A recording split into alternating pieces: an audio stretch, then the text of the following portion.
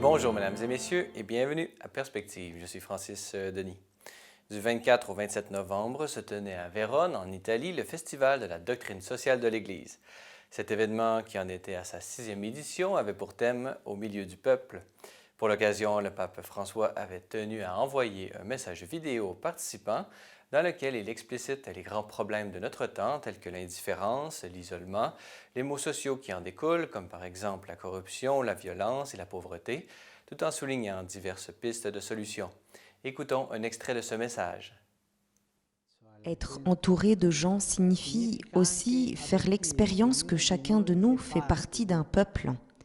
La vie concrète est possible parce qu'elle n'est pas la somme de nombreux individus, mais c'est l'articulation de nombreuses personnes qui concourent à la construction du bien commun. Être ensemble nous aide à voir ensemble. Quand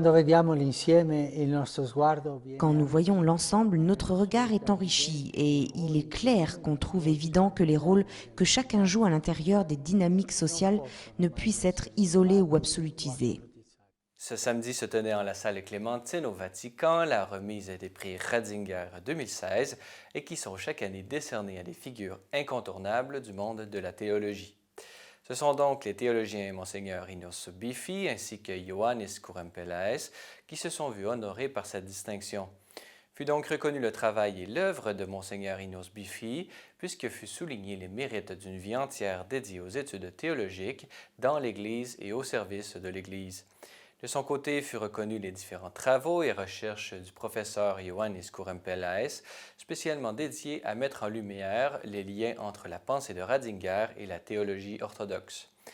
Cette cérémonie de remise des prix Ratzinger 2016 se tenait également au terme du Symposium international sur le thème de l'eschatologie et qui se tenait à l'Université pontificale de la Sainte-Croix à Rome. Dans son allocution, le souverain pontife est revenu sur le thème de l'eschatologie, spécialement en lien avec la théologie de Joseph Ratzinger, en soulignant l'importance de réfléchir sur les fins dernières afin d'éviter les approches matérialistes ou tout simplement intramondaines. La profondeur de la pensée de Joseph Ratzinger nous aide à rester ouverts à l'horizon de l'éternité, donnant ainsi un sens même à nos espoirs et à nos engagements humains. En ce sens, le théologien Joseph Ratzinger a su se concentrer sur les références fondamentales de notre vie chrétienne, la personne de Jésus-Christ, la charité, l'espoir, la foi. Et pour cela, l'Église lui sera toujours reconnaissante, a-t-il conclu. Hier, dimanche 27 novembre, le pape présidait à la traditionnelle prière de l'Angélus, place Saint-Pierre. Dans son allocution prononcée du haut de la fenêtre du palais apostolique, le pape a exhorté les fidèles à prendre ce temps de l'Avent pour se rendre disponibles à la rencontre avec le Seigneur. L'Évangile ne veut pas nous faire peur, mais au contraire, il nous invite à nous ouvrir à une dimension ultérieure, plus grande, qui d'un côté relativise les choses de chaque jour, tout en les rendant plus précieuses et plus décisives, a-t-il affirmé. Écoutez. La relation avec le Dieu qui vient nous visiter donne à chaque geste, à chaque chose, une lumière différente, une épaisseur, une valeur symbolique.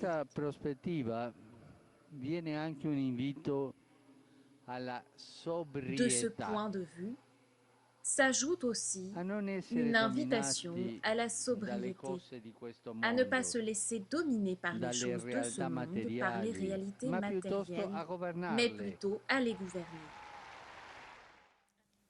Notez en terminant que le pape François a envoyé ses condoléances suite au décès de Fidel Castro. Dans un télégramme envoyé au président des conseils d'État et des ministres de la République de Cuba, le pape a étendu ses condoléances à la famille de l'ancien dirigeant, au gouvernement ainsi qu'à l'ensemble de ceux qu'il a nommés l'aimée nation cubaine, pour qui il offre ses prières au Seigneur pour le repos de l'âme de Fidel Castro et confie tout le peuple cubain à la maternelle intercession de Notre-Dame de la Charité de Cobre, patronne du pays. Voilà, c'est tout pour aujourd'hui. N'hésitez pas, si vous avez des questions ou commentaires, vous pouvez m'écrire à l'adresse qui apparaît à l'écran. Merci d'avoir été des nôtres. À la prochaine!